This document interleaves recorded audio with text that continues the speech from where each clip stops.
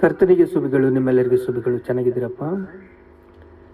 ಕರ್ತನು ಪರಿಶುದ್ಧನು, ಪರಿಶುದ್ಧನು. ನಮ್ಮನ್ನು ಕೂಡ ಪರಿಶುದ್ಧವಾಗಿ ಜೀವಿಸಬೇಕು ಅಂತ ಕೃಪೆ ಕೊಟ್ಟಿದ್ದಾನೆ. ಕೃಪೆ ನಮ್ಮೆಲ್ಲರಿಗೆ ಬಹು ಪ್ರೇಮವಾದದ್ದು, ಪ್ರಿಯವಾದದ್ದು.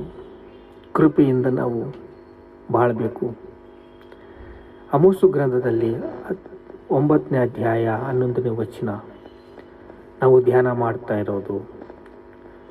ಆ ದಿನದಲ್ಲಿ ನಾನು ದಾವೀದನ ಬಿದ್ದು ಹೋದ ಗುಡಿಸಲನ್ನು ಎತ್ತಿ ಅದರ ಕಂಡೆಗಳನ್ನು ಮುಚ್ಚುವೆನು. ನನ್ನ ಜನರು ಎದೋಮಿನ ಮಿಕ್ಕ ಭಾಗವನ್ನು ಯೆಹೋವನ ಪ್ರಜೆ ಎನಿಸಿಕೊಂಡಂತೂ ಸಕಲ ಜನಾಂಗಗಳನ್ನು ಸ್ವಾಧೀನ ಮಾಡಿಕೊಳ್ಳುವ ಹಾಗೆ ಹಾಳಾದದ್ದನ್ನು ನಾನು ನಿಲ್ಲಿಸಿ ಪೂರ್ವ ಕಾಲದಲ್ಲಿದ್ದಂತೆ ಅದನ್ನು ತಿರುಗಿ ಕಟ್ಟಿಸುವೆನು. ಇಸ್ರಾಯೇಲರಿಗೆ ಮುಂದಿನ ಸೌಭಾಗ್ಯ ಅಂತಂದು ಇದರಲ್ಲಿ ಇದೆ.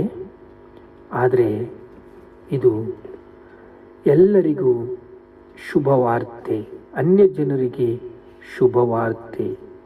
ಎದೋಮಿನ ಮಿಕ್ಕ ಭಾಗವನ್ನು, ಅಂದರೆ ಎದೋಮ ವಂಶ ನಾಶನಕ್ಕೆ ಪಾತ್ರರು. ಎದೋಮ ಅಂದರೆ ಶರೀರ ಭಾವದವರು, ಶರೀರಕ್ಕೆ ಕನೆಕ್ಟ್ ಆದವರು. ಶರೀರವನ್ನು ಅವರಿಗೆ ಶರೀರ ಭಾವದವರು ಯಾರು ಉದ್ಧಾರ ಆಗಲ್ಲ, ದೇವರ ಸನ್ನಿಧಿಗೆ ಹೋಗಲ್ಲ, ಪರಲೋಕಕ್ಕೆ ಹೋಗಲ್ಲ. ಆದರೆ ಎದೋಮಿನ ಮಿಕ್ಕ ಭಾಗವನ್ನು ಯೆಹೋವನ ಪ್ರಜೆ ಎನಿಸಿಕೊಳ್ಳುತ್ತು ಸಕಲ ಜನಾಂಗಗಳು, ಅನ್ಯ ಜನಾಂಗಗಳಿಗೂ ಸ್ವಾಧೀನ ಮಾಡಿಕೊಳ್ಳುವ ಹಾಗೆ ಹಾಳಾದದ್ದನ್ನು ನಾನು ನಿಲ್ಲಿಸಿ ಪೂರ್ವ ಕಾಲದಂತೆ ಅದನ್ನು ತಿರುಗಿ ಕಟ್ಟಿಸುವೆನು. ದೇವರು ಎಷ್ಟು ಒಳ್ಳೆ ಪ್ರೀತಿಯನ್ನು ನಮಗೆ ಸಂಧರಿಸ್ತಾ ಇದ್ದಾರೆ ನೋಡ್ರಿ. ಮನುಷ್ಯರೆಲ್ಲರ ಮೇಲೆ ನನ್ನ ಆತ್ಮವನ್ನು ಸುರಿಸುತ್ತೇನೆ ಅಂತಂದು ಹೇಳಿದ್ದಾನೆ. ಈಗ ದೇವರು ನಮ್ಮನ್ನು ಅದ್ಭುತಗಳನ್ನು ಮಾಡ್ತಾ ಇದ್ದಾನೆ. ಬಂಧಕಗಳಿಂದ ಕಟ್ಟಲ್ಪಟ್ಟವರನ್ನು ಬಿಡಿಸ್ತಾ ಇದ್ದಾನೆ. ಕೇಡಿನ ಬಂಧಕಗಳಿಂದ ಕಟ್ಟಲ್ಪಟ್ಟವರನ್ನು ಬಿಡಿಸುತ್ತಾ ಇದ್ದಾನೆ. ಆಪತ್ತಿನಿಂದ ಇದ್ದವರನ್ನು ಬಿಡಿಸುತ್ತಾ ಇದ್ದಾನೆ. ಇದು ದೇವರ ಮಾತು, ವಾಕ್ಯವು ಇದು ನಡೆಯುತ್ತೆ. ನೋಡ್ರಿ, ಯೆಹೋವನು ಹಿಂಗನ್ನುತ್ತಾನೆ, ಯೆಹೋವನ ನುಡಿ, ಯೆಹೋವನು ನುಡಿದಿದ್ದಾನೆ.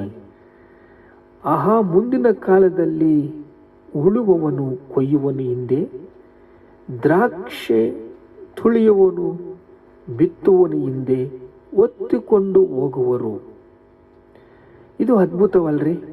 ಬಿತ್ತಿದಾಗ ಕೊಯ್ತಾರ, ಅದಕ್ಕೆ ಸಮಯ ಬೇಕಲ್ವಾ? ಆದರೆ ನಮ್ಮ ಕರ್ತನಾದ ಯೇಸು ಕ್ರಿಸ್ತನು 4 ರೊಟ್ಟಿ 5 ಮೀನುಗಳನ್ನು ತೆಗೆದುಕೊಂಡು ಪ್ರಾರ್ಥನೆ ಮಾಡಿ 5,000ಕ್ಕೆ ಹೆಚ್ಚಾದ ಜನಾಂಗಗಳಿಗೆ ಹಂಚಿ ಅವರಿಗೆ ಊಟ ಕೊಟ್ಟು ಸಮೃದ್ಧಿಯಾದ ಮೇಲೆ ಇನ್ನು 12 ಬುಟ್ಟೆಗಳನ್ನು ಎತ್ತಿ ಎಲ್ಲರಿಗೆ ಸಮೃದ್ಧಿ ಕೊಟ್ಟಿದ್ದಾನೆ. ಇಂದಿನ ದಿವಸ ನಿಮಗೆ ಬಿಡುಗಡೆ. 9ನೇ ಅಧ್ಯಾಯದಲ್ಲಿ ಏನು ಹೇಳುತ್ತೆ ಅಂದರೆ, ಆಮೋಸ ಗ್ರಂಥ 9ನೇ ಅಧ್ಯಾಯ, ಕರ್ತನು ಯಜ್ಞ ವೇದಿಕೆಯ ಮೇಲೆ ಪಕ್ಕದಲ್ಲಿ ನಿಂತಿರುವುದನ್ನು ಕಂಡೆನು. ಯಜ್ಞ ವೇದಿಕೆ ಅಂದರೆ ಏನು? ಪ್ರಾರ್ಥನೆ. ಪ್ರಾರ್ಥನೆ ಮಾಡಿದಾಗ ನಿನ್ನ ಹೃದಯವು ಶಾಂತಿಯಾಗಿರುತ್ತೆ. ಅಂದರೆ ನಾನಿದ್ದೀನಿಲ್ಲಿ, ನನಗೆ ಹೇಳಿದೀಯಾ, ನೀನು ಸುಮ್ಕಿರು ಅಂತ. ಕರ್ತನು ಯಜ್ಞ ವೇದಿಕೆ ಪಕ್ಕದಲ್ಲಿ ನಿಂತಿದ್ದನ್ನು ಕಂಡೆನು. ಆತನು ಹೀಗೆ ಅಪ್ಪಣೆ ಕೊಟ್ಟನು. ಏನಂತ ಕೊಡ್ತಾ ಇದ್ದಾನೆ? ನಾನು ಯಜ್ಞ ವೇದಿಯಲ್ಲಿ ನಿಂತಿದ್ದೇನೆ, ನಿನಗೆ ಕೇಳು. ಏನಾದರೂ ನಿಮಗೆ ಬೇಕಾ? ನನ್ನನ್ನು ಕೇಳು. ನನ್ನನ್ನು ಕೇಳಿ ನನ್ನ ಹಾಗೆ ನಡ್ಕೋ. ನೀನು ಚೀಪ್ ಕೆಲಸ ಮಾಡಬೇಡ. ನನ್ನನ್ನು ಕೇಳು, ನಾನು ಕೊಡೋ ತನಕ ನೋಡು, ಎದುರು ನೋಡು. ನಾನು ಕೊಟ್ಟ ಮೇಲೆ ಇಷ್ಟು ಜನಗಳಿಗೆ, ಅನ್ಯ ಜನಗಳಿಗೆ ಹೇಳು. ದಾವೀದನು ಬಿದ್ದು ಹೋದ ಹೋಗಿರುವ ಗುಡಿಸಲನ್ನು ಎತ್ತಿ ಕಟ್ಟುವನು, ಎತ್ತಿ ಕಟ್ತಾನಂತೆ. ಯೆರೂಸಲೇಮ ಗೋಡೆಗಳನ್ನು ಕಟ್ತಾನಂತೆ, ನಿಮ್ಮ ಹೃದಯಗಳನ್ನು ಕಟ್ಟುತ್ತಾನಂತೆ. ಡ್ರಗ್ಸ್ ಹಾಕೋರು ಹೃದಯಗಳನ್ನು ಕಟ್ತಾನಂತೆ, ಏಡ್ಸ್ಗೆ ಬಲಿಯಾದವರು ಹೃದಯಗಳು ಕಟ್ತಾನಂತೆ, ವ್ಯಭಿಚಾರ ಮಾಡೋರು ಹೃದಯಗಳು ಕಟ್ತಾನಂತೆ. ಸ್ವಾಸ್ಥ್ಯದಿಂದ ಅಣ್ಣ ತಮ್ಮಂದಿರು ಒಬ್ಬರನ್ನೊಬ್ಬರು ಹಾಳು ಮಾಡ್ಕೊಂತ ಇದ್ದಾರೆ, ಅಂಥವ್ರನ್ನ ಕಟ್ತಾನಂತೆ. ಪರಲೋಕದಲ್ಲಿ ಯುಗ ಯುಗದಲ್ಲಿ ಅವರು ನಮ್ಮ ಹತ್ರ ಇರ್ತಾರಂತೆ ಅಂತ ದೇವರು ಈ ವಾಕ್ಯ ಭಾಗವನ್ನು ಬಿದ್ದು ಹೋಗಿರುವ ಗುಡಿಸಲನ್ನು ಎತ್ತಿ ಕಟ್ಟುವನು, ಮುಚ್ಚುವನು, ಖಂಡೆಗಳನ್ನು ಮುಚ್ಚುವನು. ದೇವರ ಮಾತು ಸತ್ಯವಾದದ್ದು. ಸತ್ಯದಿಂದ ನುಡಿಯುವುದನ್ನು ನಾವು ಸತ್ಯವಾಗಿ ನಾವು ಜಯಿಸಬೇಕು. ನೋಡ್ರಿ, ಪರಲೋಕದಲ್ಲಿ ಭೂಮಿ ಮೇಲೆ ನೀನು ಏನು ಕಟ್ಟುತ್ತೀಯೋ ಪರಲೋಕದಲ್ಲಿ ಕಟ್ಟುತ್ತೀಯ, ಭೂಮಿಯಲ್ಲಿ ನೀನು ಏನು ಬಿಚ್ಚುತ್ತೀಯೋ ಪರಲೋಕದಲ್ಲಿ ಬಿಚ್ಚುತ್ತೀಯ. ನೀನು ಪ್ರಾರ್ಥನೆ ಮಾಡಿದರೆ ನಿನ್ನ ಪ್ರಾರ್ಥನೆ ದೇವರು ಕೇಳ್ತಾನೆ.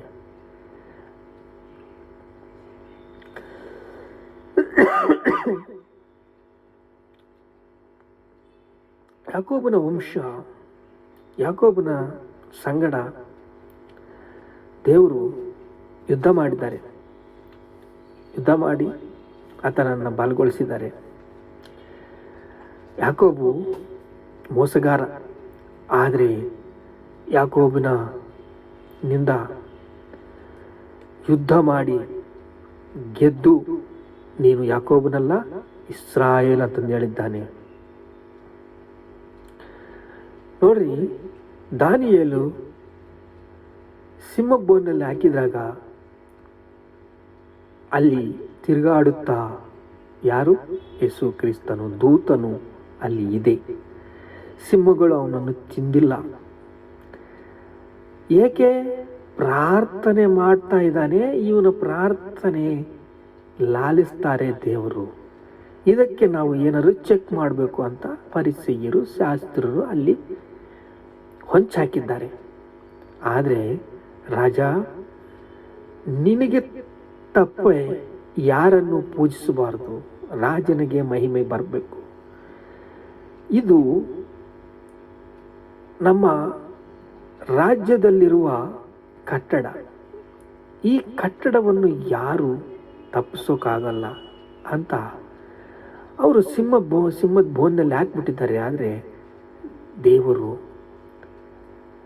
ದಾನಿಯೇಲನಿಗೆ ಹತ್ತಿರವಿದ್ದು ಅದನ್ನು ತಪ್ಪಿಸಿ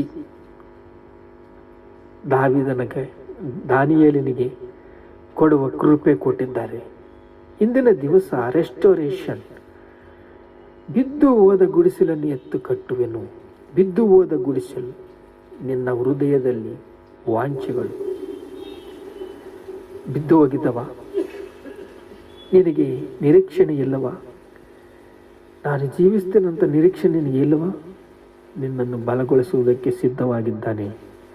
ದಾವೀದನು ಬಿದ್ದು ಹೋಗಿರುವ ಗುಡಿಸಲನ್ನು ಎತ್ತಿ ಕಟ್ಟಿ ಖಂಡಿಗಳನ್ನು ಮುಚ್ಚುವನು. ನನ್ನ ದೇವರು ಎದೋಮಿನ ಮಿಕ್ಕ ಭಾಗವನ್ನು ಯೆಹೋವನ ಪ್ರಜೆ ಎನಿಸಿಕೊಳ್ಳದ್ದು ಸಕಲ ಜನಾಂಗಗಳನ್ನು ಸ್ವಾಧೀನ ಮಾಡಿಸಿಕೊಳ್ಳುವ ಹಾಗೆ ಹಾಳಾದದ್ದನ್ನು ನಾನು ನಿಲ್ಲಿಸಿ ಪೂರ್ವ ಕಾಲದಂತೆ ಅದನ್ನು ತಿರುಗಿ ಕಟ್ಟಿಸ್ತೀನಿ.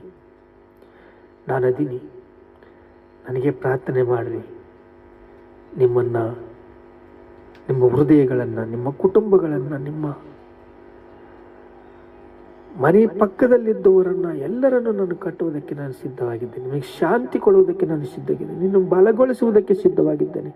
ನಿಮ್ಮನ್ನು ಸ್ಥಿರಗೊಳಿಸುವುದಕ್ಕೆ ಸಿದ್ಧವಾಗಿದ್ದೇನೆ. ನಾನು ಇದ್ದೀನಿ. ನನ್ನ ಹತ್ರ ಬೇಡ್ಕೊಳ್ಳಿ. ಇದು ನನ್ನ ನುಡಿ, ಇದು ಯೆಹೋವನ ನುಡಿ. ಯೆಹೋವ ಹಿಂಗ ಅನ್ನುತ್ತಾನೆ. ದೇವರ ಮಾತು ಕೊಟ್ಟರೆ ಅದು ವಾಗ್ದಾನವನ್ನು ಸ್ಥಿರಪಡಿಸುವುದಕ್ಕೆ ದೇವರು ನಮಗೆ ಯಾವಾಗಲೂ ಸಿದ್ಧವಾಗಿದ್ದಾರೆ. ನಮ್ಮ ಹತ್ತಿರ ಇದ್ದಾರೆ. ನಮ್ಮಲ್ಲಿ ದೇವರಿದ್ದಾರೆ. ಅದು ರೆಸ್ಟೋರೇಷನ್, ಉಜ್ಜೀವದ ಕೃಪೆ, ದೇವರ ಅಪಾರವಾದ ಶಕ್ತಿ ನಮಗೆ ಇದೆ. ಏಕೆಂದರೆ ಸಿಂಹವು ಒಂದು ಮನುಷ್ಯನನ್ನು ನುಂಗದಿದ್ದರೆ ಇರುತ್ತಾ? ಹಾಗೆ ಸಿಂಹಕ್ಕಿಂತ ಶಕ್ತಿವಂತನೊಂದು ದೂತನು ನಮ್ಮ ಹತ್ರ ಹೈಫೈ ಸೆಕ್ಯೂರಿಟಿ ಕೊಟ್ಟಿದ್ದಾನೆ, ನಮ್ಮನ್ನು ಬಲಗೊಳಿಸಿದ್ದಾನೆ. ಹಾಗೆ ಎದೇಮ ವಂಶವನ್ನು ನಾನು ಬಲಪಡಿಸುತ್ತೇನೆ. ಅನ್ಯ ಜನಗಳಿಗೆ ನಾನು ಜೀವಾರ್ಥವಾದ ಮನಸ್ಸು ಕೊಡ್ತೀನಿ, ಒಳ್ಳೆಯ ಮನಸ್ಸು ಕೊಡ್ತೀನಿ, ಪರಲೋಕಕ್ಕೆ ಕರ್ಕೊಂಡು ಹೋಗ್ತೀನಿ. ಆದರೆ ಯೇಸು ಕ್ರಿಸ್ತನ ಮೂಲಕವೇ ಅದು ಕರ್ಕೊಂಡು ಹೋಗ್ತೀನಿ. ಯೇಸು ಕ್ರಿಸ್ತನ ಆರಾಧಿಸಿದ್ರೇ ಕರ್ಕೊಂಡು ಹೋಗ್ತೀನಿ. ಯೇಸು ಕ್ರಿಸ್ತನ ಗೌರವಿಸಿದ್ರೇ ಕರ್ಕೊಂಡು ಹೋಗ್ತೀನಿ. ಯೇಸು ಕ್ರಿಸ್ತಕ್ಕೆ ಮರ್ಯಾದೆ ಕೊಟ್ಟರೆ ಕರ್ಕೊಂಡು ಹೋಗ್ತೀನಿ. ಯೇಸು ಕ್ರಿಸ್ತನ ದೇವರಂದು ಹೃದಯ ತುಂಬ ಆರಾಧಿಸಿದ್ರೇ ನಾನು ಕರ್ಕೊಂಡು ಹೋಗ್ತೀನಿ, ನನ್ನ ಪರಲೋಕಕ್ಕೆ ಕರ್ಕೊಂಡು ಹೋಗ್ತೀನಿ ಅಂತಂದು ದೇವರು ಹೇಳ್ತಾ ಇದ್ದಾರೆ. ಪ್ರಾರ್ಥನೆ ಮಾಡ್ಕೊಳ್ಳೋ ತಂದೆ, ನಿಮಗೆ ಸ್ತೋತ್ರ. ನಮ್ಮನ್ನು ಪ್ರೀತಿಸಿದೆಯಾ, ಬಲಗೊಳಿಸಿದೆಯಾ, ಸ್ಥಿರಗೊಳಿಸಿದೆಯಾ, ಸಿದ್ಧಗೊಳಿಸಿದೆಯಾ.